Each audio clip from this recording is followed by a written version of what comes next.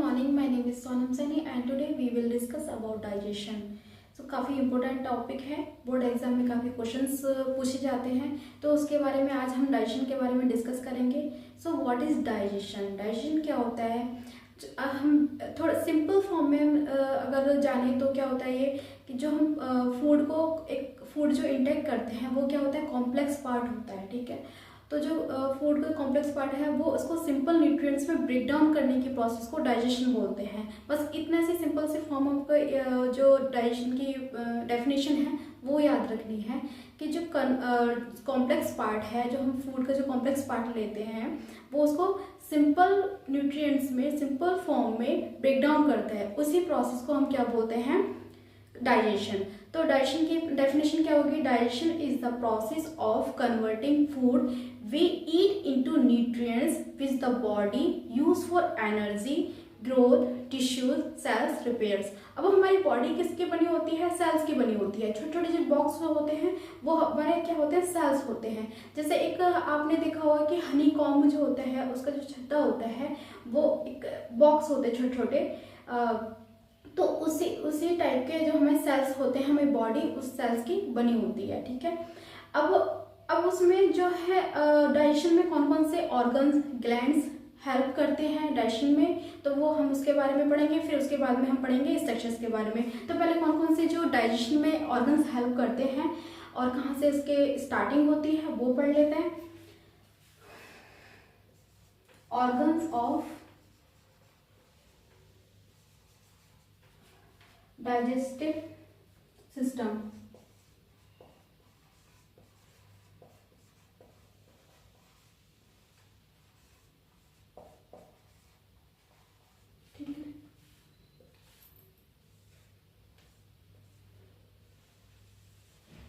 कौन कौन से ऑर्गन्स होंगे वो?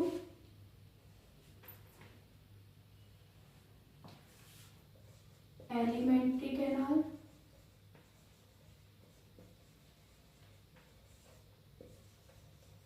एलिमेंट्री कैनाल जिसको बोलते हैं हम गैस्ट्रो इंटेस्टाइनल ट्रैक्ट. ठीक है, और कौन सी ग्लैंड्स होंगी? Accessory glands. ठीक, अब ये एलिमेंट्री कैनाल में कौन कौन से पार्ट्स होंगे? पहले आएगा जब हम फूड को इंटेक करते हैं, इंजेस्ट करते हैं, वो किसके द्वारा करते हैं? माउथ से. ठीक है, माउथ जिसको हम बक्कल कैविटी भी बोलते हैं, बक्कल कैविटी. सेकंड आ जाएगा हमारा pharynx. Third oesophagus.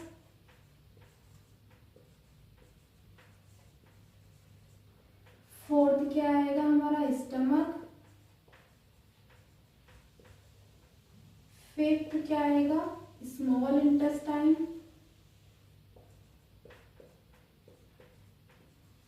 Small intestine.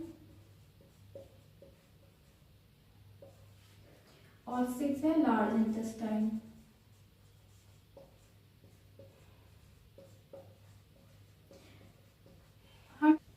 इसकी लेंथ होती है 6 मीटर. स्मॉल इंटेस्टाइन की जो लेंथ होती है, विड्थ होती है, जो लेंथ होती है 6 मीटर, लेकिन इसकी जो विड्थ होती है वो थिन होती है, इसलिए इसको स्मॉल इंटेस्टाइन बोला जाता है. ठीक है, और लार्ज इंटेस्टाइन की जो लेंथ होती है वो होती है 1.5 मीटर. ठीक है, अब इसको क्यों लार्ज इंटेस्टाइन की जो लेंथ होती है 1.5 मीटर क्यों होती है, वो हम स्ट्रक्चर जब हम पढ़ेंगे उसके बारे में तब हम जानेंगे.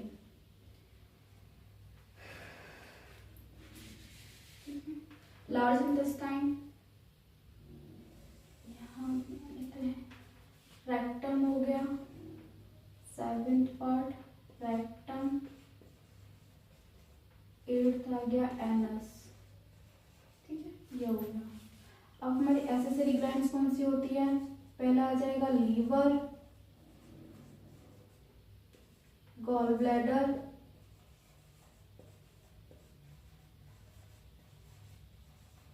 Gall bladder. थर्ड आ जाएगा हमारा पैनक्रियाज, जिससे पैनक्रियाटिक जूस का सिक्रीशन होता है। सैलिवरी ग्लैंड, जिससे सलाइवा निकलता है।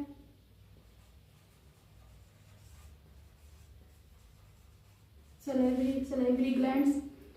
फिफ्थ आ जाएगा हमारा टंग। सिक्स है टीथ। ठीक है, ये हो गए हमारे ऑर्गन्स और एसेसरी ग्लैंड्स जो कि डाइजेशन में हेल्प करते हैं। अब हम पढ़ लेते हैं इसका स्ट्रक्चर्स के बारे में।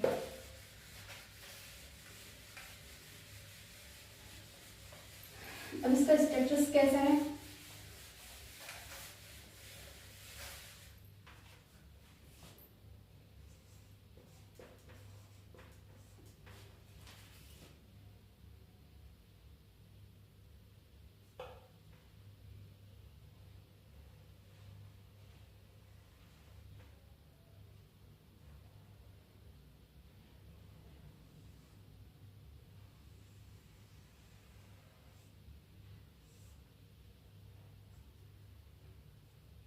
ये आ गई हमारी एलिमेंट्री कैनाल।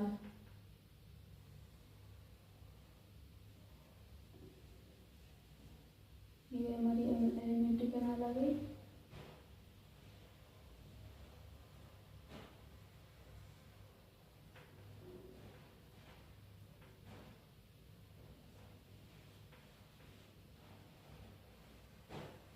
ये आ गया हमारा स्टमक।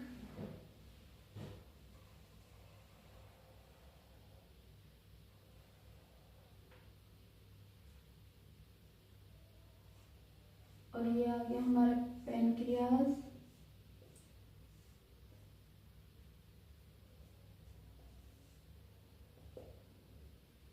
ठीक है,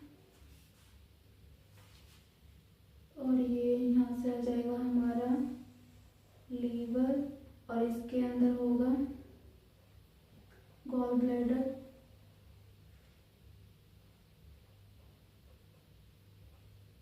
गॉल ब्लैडर और ये आ जाएगा हमारा लार्ज इंटेस्टाइन।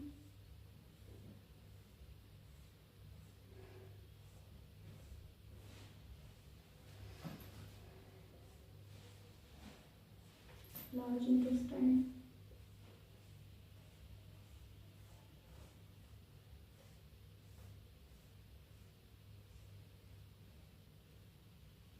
रेक्टम।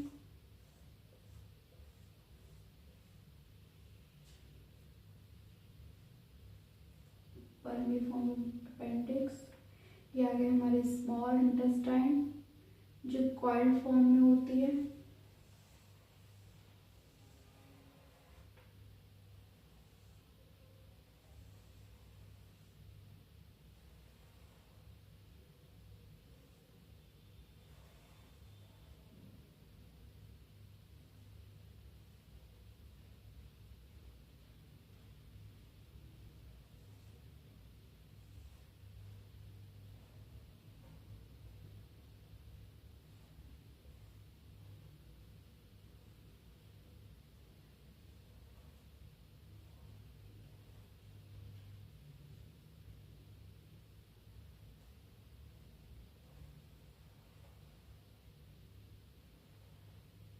जो कि ये आ गई हमारी कॉइल फॉर्म में स्मॉल इंटेस्टाइन। स्मॉल इंटेस्टाइन का जो इंटेस्टाइन की जो लेंथ होती है वो बड़ी होती है लेकिन थिन होती है, इसलिए उसको हम स्मॉल इंटेस्टाइन बोलते हैं। जो इसकी विड लेंथ होती है वो कम होती है, वो थिन होती है। लेकिन जो लार्ज इंटेस्टाइन है उसकी विड लेंथ क्या होती है, बड़ी ज्यादा होती है, इसलिए उसको लार्ज इंटेस्टाइन बोलते हैं। ये क्या है, थिन है, और ये क्या है, थोड़ी इसकी विड लेंथ थोड़ी ज्यादा है, इसलिए इसको लार्ज इंटेस्टाइन बोलते हैं। लेकिन इसकी जो लंबाई है वो क्या होती है, कम होती है।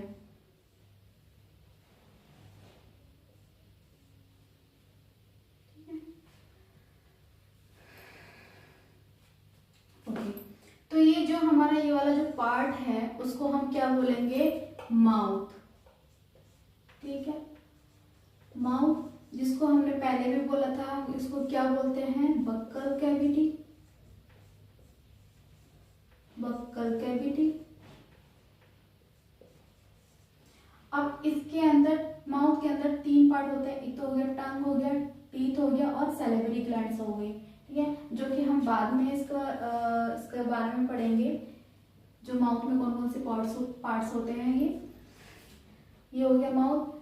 और इसको बोलते हैं ओरल कैविटी। Oral cavity. ठीक है, अब ये यहाँ जो लगी होती हैं वो होती हैं सैलिवरी ग्लैंड्स, और एक यहाँ लगी होती है, एक यहाँ लगी होती है। अब ये कौन कौन सी होती है उसके बारे में पढ़ लेते हैं। ये कौन सी सैलिवरी ग्लैंड्स, ये होती है पैरोटिड। सैलिवरी ग्लैंड्स जो होती है हमारी 3 होती हैं। जो फर्स्ट नंबर पे होती है पैरोटिड,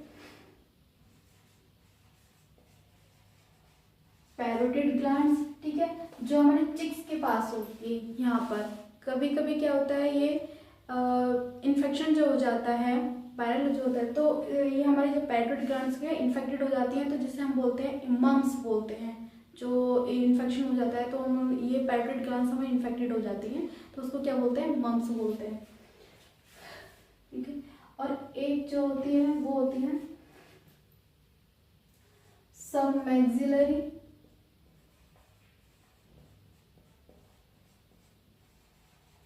सबमैक्सिलरी ग्लैंड्स। और एक जो होती है वो होती है, इसको क्या बोलेंगे, सबलिंगल। Sublingual glands. ठीक है, ये हमारे 3 टाइप्स की सैलिवरी ग्लैंड्स होगी। पैरोटिड ग्लैंड्स हमारी यहाँ होगी चिक्स के पास में।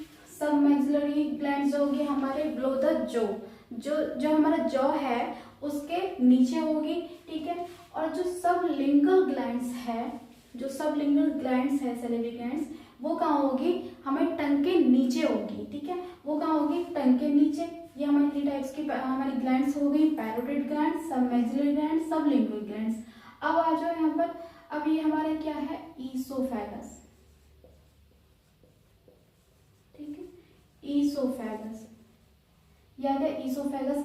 अब इससे पहले एक और बात हम जान लेते हैं, जब हम फूड को इंटेक करते हैं, खाने को, जब हम खाने को जो कॉम्प्लेक्स पार्ट है हम उसको खाते हैं। ठीक है, तो जो हमें माउथ के अंदर जो हमें टीथ होते हैं उसको सिंपल जो पार्ट में, पीस में ब्रेक डाउन करते हैं। ठीक है, तो फिर उसके बाद में जब फूड जब एंटर करता है तो यहाँ पर एक फ्लैप लाइक स्ट्रक्चर होती है हमारे फेरिंग्स में। ये हमारा क्या आ जाएगा, फेरिंग्स।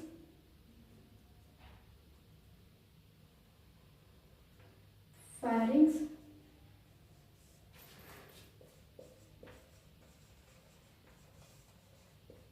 एक फ्लैप लाइक स्ट्रक्चर होती है। ठीक है, जिसको बोलते हैं हम एपिग्लॉटिस। जिसको हम क्या बोलते हैं, इसको यहाँ लिख देते हैं एपिग्लॉटिस। एपिग्लॉटिस।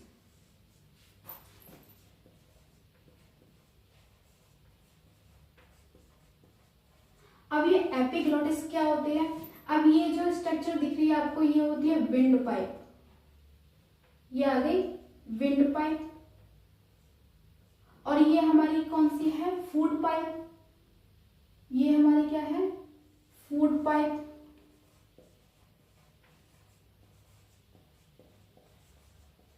अभी मैं बताती हूँ एपिग्लॉटिस का काम क्या होता है। पहले हम जो विंड पाइप और फूड पाइप के बारे में जान लेते हैं।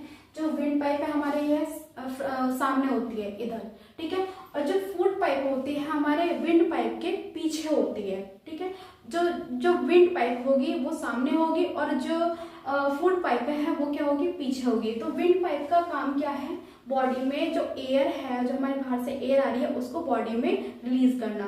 तो वही हम खाना खा रहे हैं तो उसके बाद में हमें एयर भी तो जानी चाहिए ना। तो एक जो पाइप, जो विंड पाइप है वो सिर्फ उसका काम क्या है, एयर को अंदर ले जाना। ये क्या है हमारे विंड पाइप।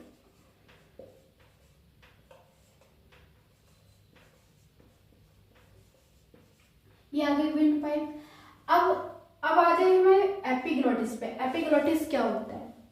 जब हम फूड को इंटेक करते हैं और हमारा टीथ उसको स्मॉलर पीस में ब्रेक डाउन करता है, तो जब हमें इंटेक यहाँ पर खाना ये आ गया, ठीक है, तो जो एपिग्लोटिस जो है वो फ्लैप लाइक स्ट्रक्चर होती है, तो जो ये विंड पाइप है, विंड पाइप में जाने से रोकती है और उसमें कहाँ आने के लिए एंटर कराती है? फूड पाइप में। तो जो हमारा ये फूड है, ताकि जाके विंड पाइप में ना जाए और फूड पाइप में जाए, तो ये फ्लैप लाइक स्ट्रक्चर उसको धकेलती है, पुश करती है। पुश करने के बाद में हमारे कहाँ जाता है? हमारा फूड पाइप में। जो हम और फूड पाइप में ये क्या है? हमारा ईसोफेगस, ठीक है, ये एलिमेंट्री कलान, जिसको हमें, ये हमारा पूरा जो बॉडी में क्या है? एलिमेंट्री कलान फैली हुई है, ठीक है। अब जो फूड है वो स्टमक में किस फॉर्म में जाएगा? एक बॉलस टाइप का स्ट्रक्चर बना लेता है, ये इस टाइप से स्ट्रक्चर बना लेता है। और अब उसके बाद में हमारे स्टमक के, जो हमारा स्टमक है, ये यहाँ क्या लगे होते हैं? स्फिनेक्टर लगे होते हैं। स्फिनेक्टर लगते हैं हमारी पूरी बॉडी में, एलिमेंट्री कैनाल में जगह जगह पर स्फिनेक्टर लगे होते हैं। इसके स्टमक के एंटर पे लगे होते हैं और एक एंड पे लगे होते हैं स्फिनेक्टर, ठीक है। अब जब वो फूड हमारा एलिमेंट्री कैनाल में एंटर होगा, तो जो हमारी ईसोफेगस है, जो एलिमेंट्री कैनाल है, वो क्या करेगी? कॉन्ट्रैक्शन, उसमें कॉन्ट्रैक्शन होगा, ठीक है, कॉन्ट्रैक्ट होगा और एक्सपेंड होगी। कॉन्ट्रैक्शन होगा, जैसे हमारे ये एक फूड पाइप है, ठीक है, फूड पाइप। अब इसमें से खाना गया, इसमें से हमने जैसे खाना गया, फूड गया, तो जो फूड है, जो हमारे एलिमेंट्री कैनाल है, वो एक्सपेंड होगी। फिर वहां से ऐसे एंटर होती जाएगी, तो फिर वो क्या होगी? ये कॉन्ट्रैक्शन होगी, एक्सपेंड होगी, कॉन्ट्रैक्शन होगी। इस तरीके से फूड एंटर करेगा। मैं आपको एक स्ट्रक्चर बना देती हूँ छोटा सा।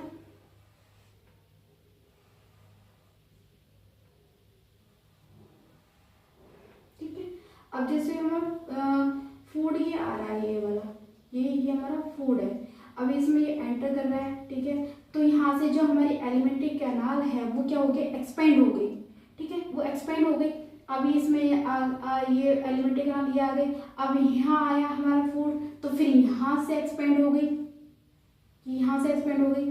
तो इसमें क्या है? इसमें कॉन्ट्रैक्शन होता रहता है और एक्सपेंड होती रहती है, तब जाकर के हमारे ये फूड स्टमक में एंटर करता है। अब आ जाओ इस पर, हमारे स्फिनेक्टर का काम क्या होता है? इसका फंक्शन क्या है? अब स्फिनेक्टर का काम क्या है? मेन फंक्शन देखो, अगर ये स्फिनेक्टर नहीं हो, तो हमने जो फूड है हम ले रहे हैं, ठीक है, तो वो डायरेक्ट हमारे उसमें चला जाएगा स्टमक में, स्टमक से हमारे एनस के थ्रू बाहर निकल जाएगा। तो वो तो हम जैसे हम खा रहे हैं वो तो बाहर निकलते जा रहा है।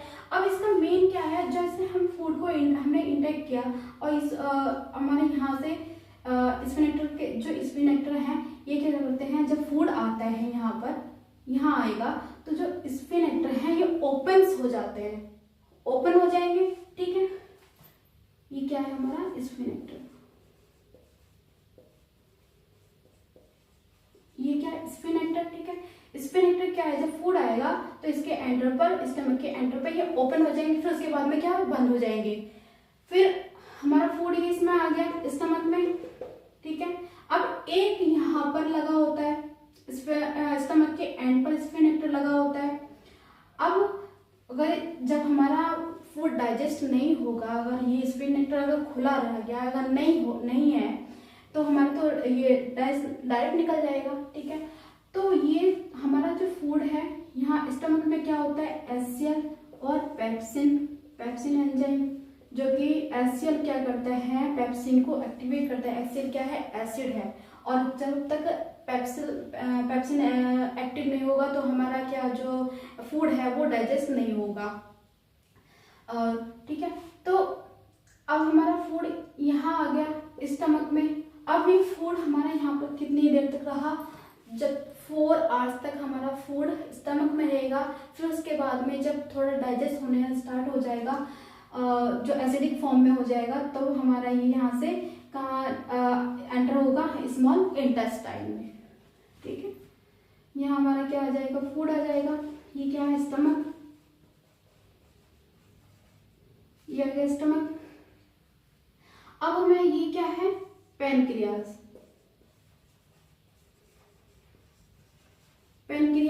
पैनक्रियाज से क्या निकलता है, पैनक्रियाटिक जूस निकलता है जो कि प्रोटीन, फैट, कार्बोहाइड्रेट का डाइजेस्ट करता है, जो स्मॉल इंटेस्टाइन में भाग लेते हैं। ये जो स्मॉल इंटेस्टाइन है हमारा, उसमें भाग लेता है, जो में प्रोटीन है, फैट है, कार्बोहाइड्रेट को डाइजेस्ट करता है।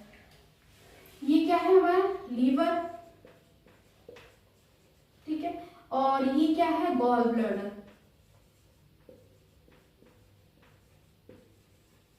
गॉल ब्लैडर में अब लीवर से हमें क्या निकलता है, बाइल जूस,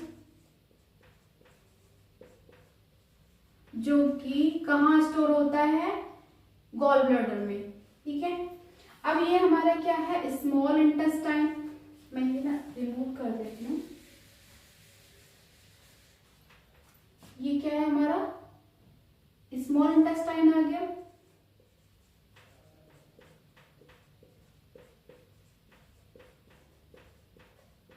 स्मॉल इंटेस्टाइन और ये लार्ज इंटेस्टाइन।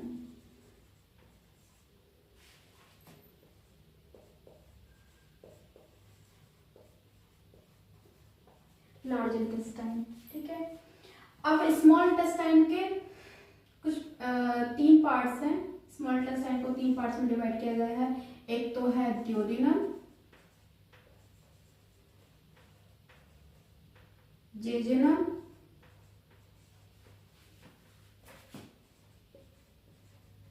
और इलियम, ठीक है। अब लार्ज इंटेस्टाइन के पार्ट्स 3 में डिवाइड किया है। एक है सीकम, कोलन और रेक्टम, ठीक है। अब ये ड्यूोडेनम कौन सा पार्ट है, जो स्मॉल इंटेस्टाइन हमारी स्टार्ट हो रही है, ठीक है, वही हमारा क्या है, ड्यूोडेनम पार्ट है। जो उसका स्मॉल इंटेस्टाइन का जो मिडिल पार्ट है, ये वाला हमारा क्या है, ये जेजुनम है। और इलियम हमारा कौन सा पार्ट होगा, ये वाला, जहां हमारे जो लार्ज इंटेस्टाइन है, जो लार्ज इंटेस्टाइन के सीकम से जाके जुड़ रही है, वो है इलियम। अब ये क्या है हमारा, वर्मीफॉर्म अपेंडिक्स, जिसका कोई यूज नहीं होता। कभी कभी क्या है, ये बढ़ जाती है तो इसको इसका ऑपरेशन कराना पड़ता है। इसको बोलते हैं वर्मीफॉर्म अपेंडिक्स।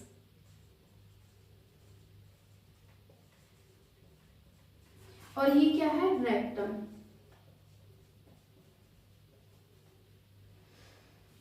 ठीक है। तो ये हमारा हो गया स्ट्रक्चर। अब इसके बाद में हम इसका बायोकेमिकल प्रोसेस पढ़ेंगे। इसका जो एंजाइम्स हैं वो कैसे कैसे उसमें भाग लेते हैं डाइजेशन में, तो उसके बारे में पढ़ेंगे। आज का बस यही टॉपिक हमारा कंप्लीट होता है स्ट्रक्चर तक।